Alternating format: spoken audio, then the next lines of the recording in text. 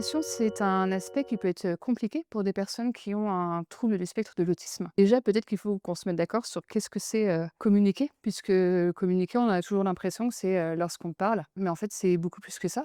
Ça va être mes expressions, ma gestuelle, la façon dont je positionne mon corps, ce que je peux regarder, désigner du regard, désigner du doigt. Tout ça, c'est aussi de la communication. Pour certaines personnes, ça va être difficile de s'exprimer à l'oral, mais pourtant elles ont une communication et ça va être à nous, les familles, les proches, les professionnels, d'être vigilants, et d'être attentifs à tous ces signaux en fait que, les personnes, même avec autisme, vont nous donner. Pour pouvoir communiquer, il faut pouvoir donner un message à quelqu'un, à un partenaire ou à plusieurs partenaires, mais il faut aussi être capable de recevoir un message et une information, de la comprendre et tout ça, ce sont des mécanismes qui sont compliqués.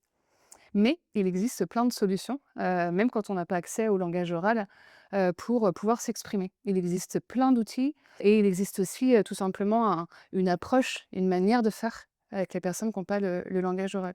Comme, il y a une petite partie, ici, on va, croire au potentiel de la personne, on va croire qu'elle a des choses à nous dire, on va croire qu'elle peut apprendre des nouvelles façons de communiquer. Tout ça, en fait, ça va s'appeler la communication et aussi la communication alternative et améliorée.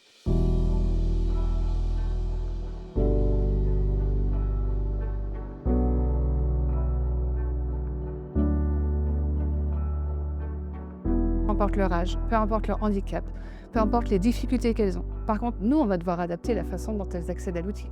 Peut-être que, il va falloir, avoir, des pictogrammes qui sont très gros parce que, au niveau de la mot de l'usage des mains, de la motricité, c'est difficile. Mais peut-être que, en fait, on va avoir aussi des pictogrammes, si ça se passe bien, peut-être plus et des pictogrammes qui sont petits.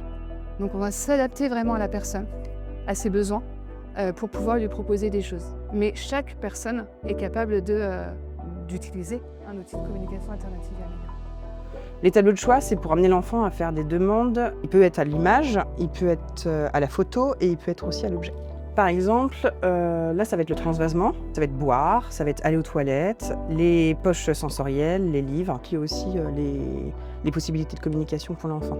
Bien sûr, ces objets-là, ils ne sont pas accessibles. L'enfant va être obligé de faire la demande à l'adulte et de faire un effort de communication pour obtenir l'objet. On a plein de choses qui vont nous permettre et qui vont surtout permettre aux personnes qui sont empêchées de parler, de quand même pouvoir communiquer.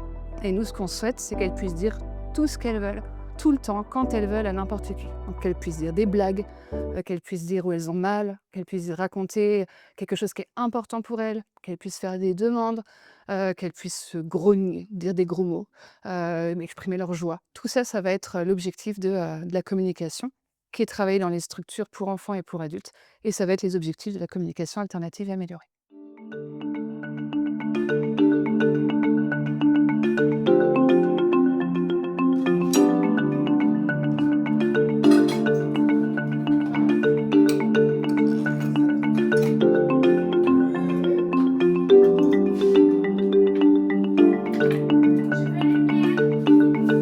Alors nous, on accompagne, des enfants en situation de handicap, donc avec déficience intellectuelle, avec ou sans troubles associés et on accompagne, de nombreux enfants qui ont des difficultés à s'exprimer oralement. On utilise des supports de communication alternatifs et améliorés, on appelle aussi CA, qui sont des outils qui leur permettent de s'exprimer autrement par des supports, imagés, des supports numériques, aussi par des gestes. L'objectif de ces outils, c'est quand même de leur, offrir la possibilité d'avoir un pouvoir d'agir. C'est, des outils qui, sont des supports pour faciliter aussi la compréhension et l'expression, quel que soit le domaine ou le lieu dans lequel, ils les utilisent.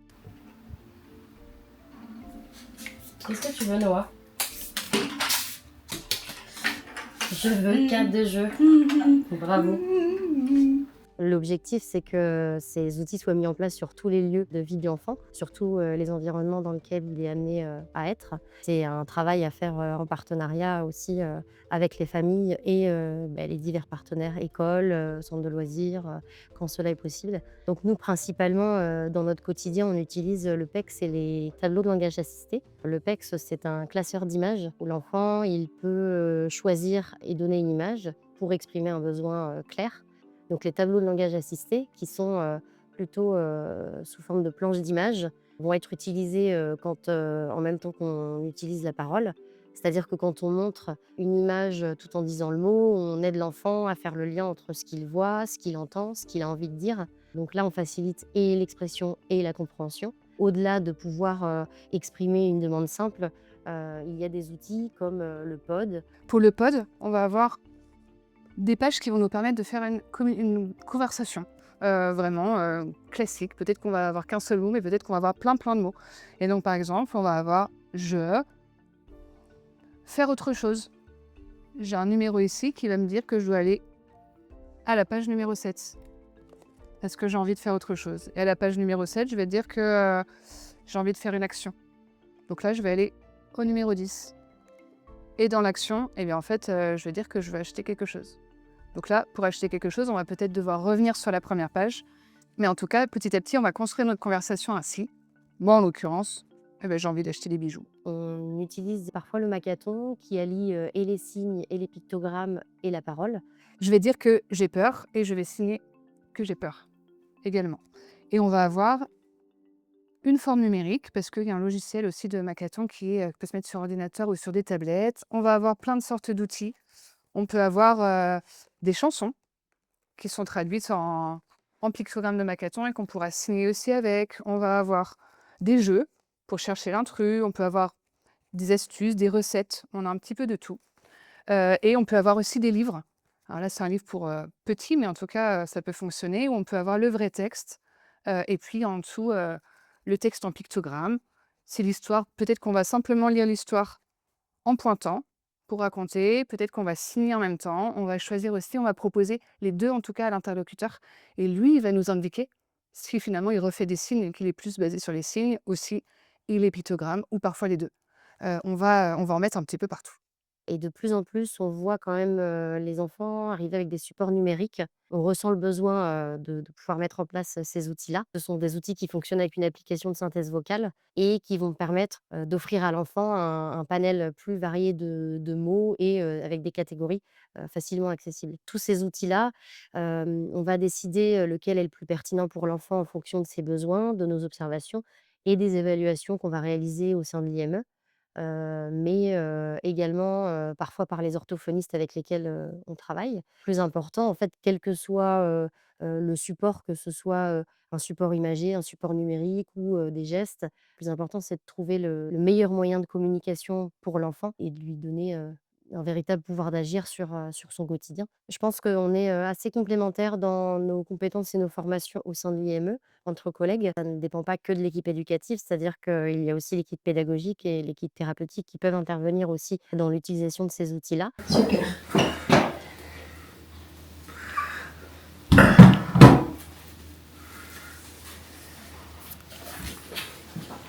En fait, on a des jeunes qui ont beaucoup de troubles de la communication, qui vont avoir des difficultés à s'exprimer.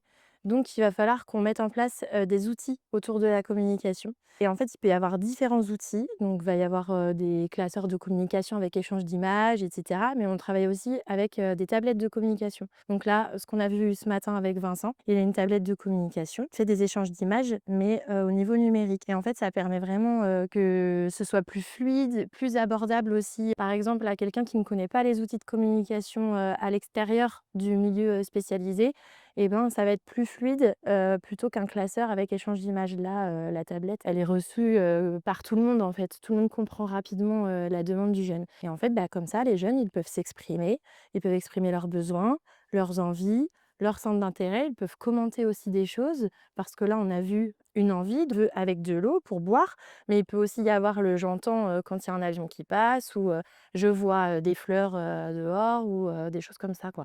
Donc ça permet vraiment d'avoir une communication fluide pour des jeunes qui sont non-verbaux ou peu verbaux. Certains, ils arriveront à parler avec un support qui est très conséquent parce qu'ils liront plein de choses. Peut-être que d'autres, ce sera un support qui est un petit peu plus restreint. Mais en fait, ça, c'est pas grave. Nous, ce qu'on veut, c'est qu'ils puissent communiquer. On veut leur donner ce droit parce que communiquer, c'est un droit. On est tous des êtres de communication et on a tous besoin de ça pour pouvoir vivre ensemble et vivre correctement en tant qu'être humain. Donc en fait, la mise en place de la tablette, elle se fait grâce après aux évaluations des professionnels, des thérapeutes et des éducateurs. Et elle est mise en place ensuite en lien aussi avec la famille pour que la tablette soit utilisée dans tous les lieux de vie du jeune, donc que ce soit à l'IME, à la maison ou ailleurs s'il va sur d'autres endroits dans sa semaine. Je me suis brossé les dents. Je suis les pré-médicaments de la nuit.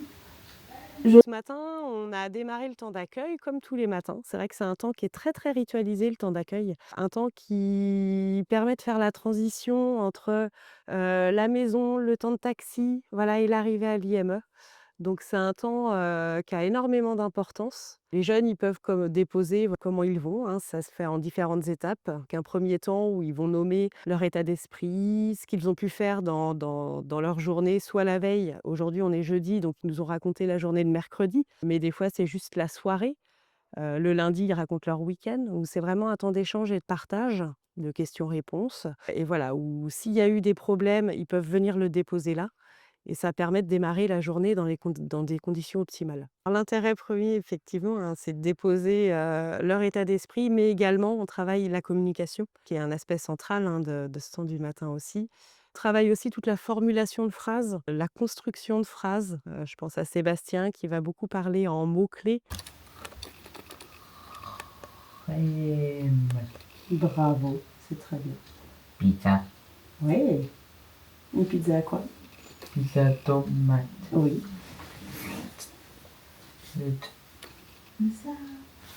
Donc on essaye de l'inciter à faire des phrases, à construire des phrases, et vraiment dans un but d'échange. Nous parlons donc des présents et des absents, choses qui peuvent avoir leur importance. Voilà, savoir que quelqu'un est absent, ça se prépare parce que ça implique des changements. Et pour une personne autiste, pour qui chaque changement peut être très déroutant, très insécurisant, voilà, le fait de le préparer en amont, ça permet aussi de sécuriser les choses, de bien baliser, de permettre à la journée de se dérouler au mieux et le plus sereinement possible pour les jeunes.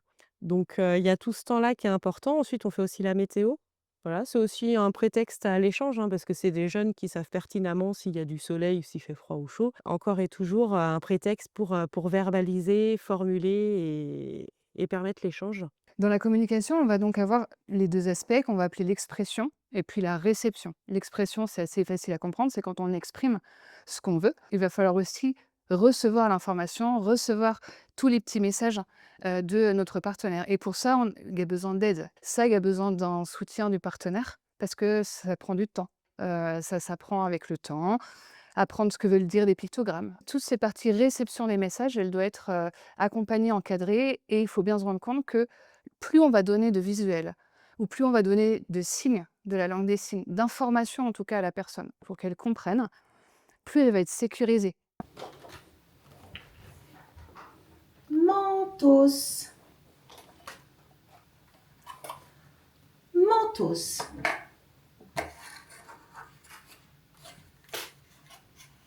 Très bien, Jules, super. Pour accompagner certains jeunes avec autisme, pour pouvoir les mettre en situation de travail, on peut avoir recours à des contrats jetons. Le principe du contrat jeton, c'est que dans un premier temps, on va demander au jeune pourquoi il veut travailler. On va essayer d'amener une motivation au jeune homme. Donc il va pouvoir utiliser soit son classeur de communication, s'il dispose d'un classeur de communication PEX avec des photos, des images ou des objets ou des mots, soit sa tablette de communication, ou à l'inverse, ça peut être simplement un tableau de choix. Donc là, par exemple, j'ai mis différentes propositions. Le jeune, il peut choisir de vouloir se mettre au travail, tout simplement pour avoir un coloriage, ou à l'inverse, pourquoi pas pouvoir avoir un petit temps pour jouer au Lego ou avoir accès à la tablette. Les pictos sont présentés, sont adaptés en fonction du jeune. Ça fait vraiment temps de travail et ensuite temps plaisant. Donc c'est concret, c'est précis, ça rassure le jeune. On va plus l'utiliser, on va l'enlever, l'estomper, et puis peut-être qu'à un moment donné, le jeune il va être beaucoup moins disponible, ou alors ça va pas être forcément le même professionnel qui va encadrer l'activité, ça va être un professionnel remplaçant. Ça va entraîner de l'insécurité, et sur ce, on va être obligé de réutiliser le contrat sur un temps donné.